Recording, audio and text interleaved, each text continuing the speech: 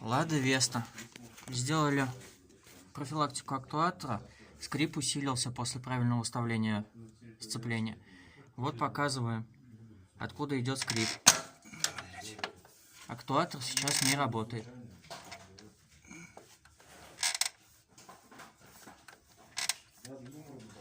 Ну, не каждый раз, потому